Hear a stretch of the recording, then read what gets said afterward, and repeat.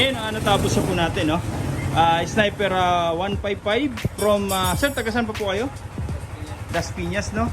Nag-install tayo ng package number 5, which is PIA horn, mini driving, combo lights, horn passing. Ayan, tapos yung horn switching natin, no? Rapid horn, meron na rin po ito. Ito po yung stock headlight. Ito po yung mini driving natin, no? Yun, no? Apakaliwanag po yan, mga sir. High lumens po, no? Kung mapapansin nyo sa area natin, no, maliwanag pa, pero yung MDL, kitang-kita na po. Okay, ito po yung stock headlight, ito po yung mini driving. Ayan. Sa busina, ito po yung stock horn. Wala pong blinker, no? Okay. Para pag nagparehistro tayo sa LTO, fully stock, wala pong ilaw. Tapos yung loud horn, doon na po mag-activate yung horn passing, no? Ayan, ang lakas. Rapid horn. Okay. Passing light, ayan. Okay. Dito mga sir, no? Pag nag-passing light tayo, automatic po yan sasabay yung MDL tsaka yung headlight. Magsasabay po yan, ano? Yan po yung difference ang gawa natin sa iba, no? Pag nag-passing, sabay lahat. Usually MDL lang, no? Dito, lahat po yan sabay-sabay. Pero pagka nag-high tayo ng headlight, hindi po sumasabay yung mini driving. Sa mini driving, high and low, hindi po sasabay yung headlight. Pero pag combo, doon po magsasabay. Okay? Ayan.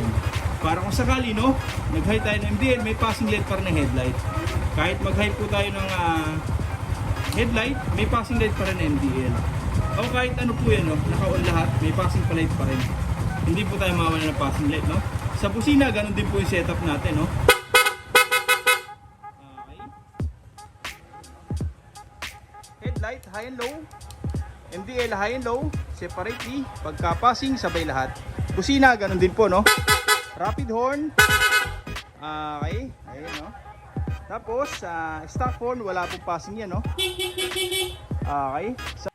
A few moments ago. Alright, Sniper 155 from, sir, tagasan pa po kayo? Las Piñas po, no? All the way to Quezon City, ayan. Dito, magpapa-install ng package number 5 to, no?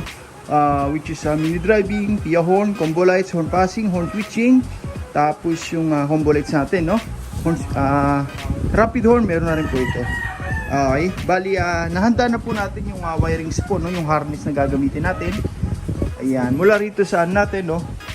Tri-switch, metal po yan, no? Original MSM po. Tapos horn switch, ito po yun, no? Stock to loud.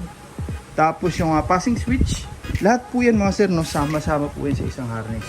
Okay, kung mapapansin nyo, no, lahat po yan binabalot natin, no, para magmukhang stock pa rin.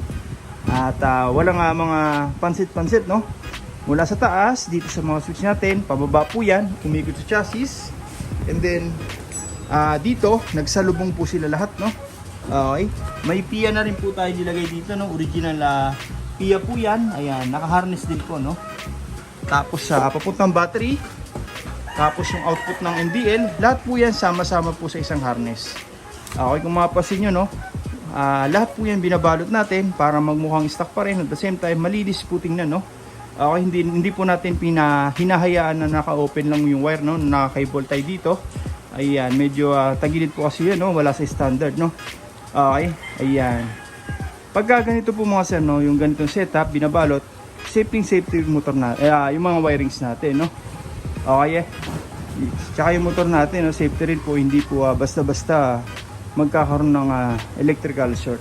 Okay, lahat po ng ginamit natin dyan, ayan, no, pang automotive wire na po, no. Okay, talagang pure copper. Ayan, makakapal po yung hibla mga sir. Japan wire po yan, no. Okay, pang sasakyan na po yan. Ayan po yung mga wirings na hindi po nagpupulbos, no, kasi maselan po kasi tayo pagdating sa wire. Gusto natin talagang pure copper, no, hindi po nagpupulbos. High end po yung mga yan. Ayan. Dito lalagyan natin ng power module, para may control lahat ng mga parts na hinabit ikakabit natin. Ayan. Ito na yung output ng busina, no? Ng MDL po, no? Low, tapos yung high, tapos yung negative po, no? Yung PIA horn ni sir nakakabit na po doon, no? Ayan. Tapos yung busina ni sir, ito pa rin po yung socket, no? Hindi po natin yung ginagalaw mga sir. Okay. Ayan. Ngayon, kakabitan na natin ito ng power module, no? Okay.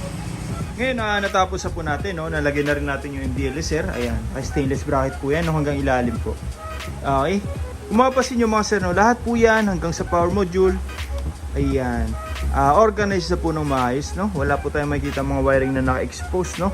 Okay, na pwedeng lumutong overtime, no? O kaya magasgasan ng mga mekaniko kung tuwing magpapa-tune up tayo, no? Ayan, dito lahat po yan safety po. Okay. Ayan, naglagay po tayo ng power module para may control lahat ng mga parts sa kinabit natin ngayon, katulad ng MDL, yung PIA harnesser nasa kabila po, no? Yung combo lights, ayan. Siya po yung distributor ng power, no, mula sa battery, tapos papunta ng trigger sa mga switch natin, and then papunta na po sa output, no, sa busina, sa MDL, ayan. Okay. Pag may ganyan po tayo, may iwasan natin yung flickering po, no, sa wirings, sa mga ilaw din po, no. Okay. Kahit mag-on po tayo ng sabay-sabay dyan, mag-MDL, mag-busina, hindi po tayo magkakaroon ng fluctuation. Dahil po yan dito, no. Denso po yan, made in Japan, kaya matibay po talaga, no. May mga customer po tayo, 5 years na po yan, no. Hanggang ngayon, all goods pa rin mga sir. Ayan, ang kagandahan pa dyan, kahit magpalit tayo ng MDL, ng busina, anytime, kahit anong brand, applicable po yan dito sa ating power module. Hindi na po natin to kakalasin, wala na po tayong wirings, tanggalin na natin sa terminal, and then, duktong na lang, aandar na po siya. All goods na po yan. Same features pa rin po, no? May passing, may rapid, may combo lights, ayan. Ganyan po kaganda yung wirings natin dito, no? Talagang pinipix po natin dito, hindi pang samantala lang, no? Ay, may mga nauuso kasi na wirings, no, na naka-open yung wire. Ang sabi nila para daw madali daw i-trace pag nagkaroon ng problema, no? Ayan, dito kasi meron po tayong tiwala sa gawa natin, no? Okay, pang matagalan talaga. Okay, hindi panandalian po, no? Ayan. Yung MDLS sir, naka-stainless bracket po yan hanggang ilalim, no? Ayan, no? High lumens po yan mga sir, kung makapasin nyo, mahaba na po siya. Daig niya pa po yung mga 60 watts na MDL, no? Talagang super white, super yellow po yung ilaw niyan. CCMY po yan, original, no? Dito wala tayong makikita mga nakasiksik po ng mga relay, ano, wala po yan. Ayan. Dito rin po, no, sa mga sakit, hindi po tayo nagsisiksik dito, no? Yung tatanggalin po yung tanso, and then bubuhulan po ng wire, hindi po tayo gumagawa ng gano'n. Ayan. Talagang nakahinang po lahat yan, no? Okay. Ayan. Passing light, naglagay na rin po tayo dito, no? May mga nagtatanong, sir, ba't naglagay pa tayo dito ng passing, no? Meron naman po dito sa stock headlight. Okay, ganito po yung mga sir, no? Pwede naman po natin isabay dito. Depende po yan sa customer, no? Ang problema, pag nag-high tayo ng headlight, sasabay po yung MDL, which is pangit po, no? So, ang ginawa natin, naglagay tayo ng passing switch para sa combo light, sasabay pa rin yung headlight. Okay? Yan po yan, no? Ayun, no? Okay? Pero pwede tayo mag-high low ng headlight nang hindi po sumasabay yung mini driving. Sa mini driving, ganun din po, no? High and low, hindi sasabay yung headlight. Pero pag ito pinindot natin, automatic combo lights po yan. Ganun po kaganda yan, no? Stock horn, ito po yung switch. Walang passing. Tapos sa loud horn, doon na po magkakaroon ng horn passing. Rapid horn. Yan, lakas. Okay, ito po yung ilagay natin. Ang original PIA po yan mga sir, hindi po yan class A o peke, no? Hindi po tayo naglalagay ng ganun. Ayan, naka-harness din po yan, no? Lahat ng terminal nakabalot na rin po ng shrinkable tube para mas safety, no?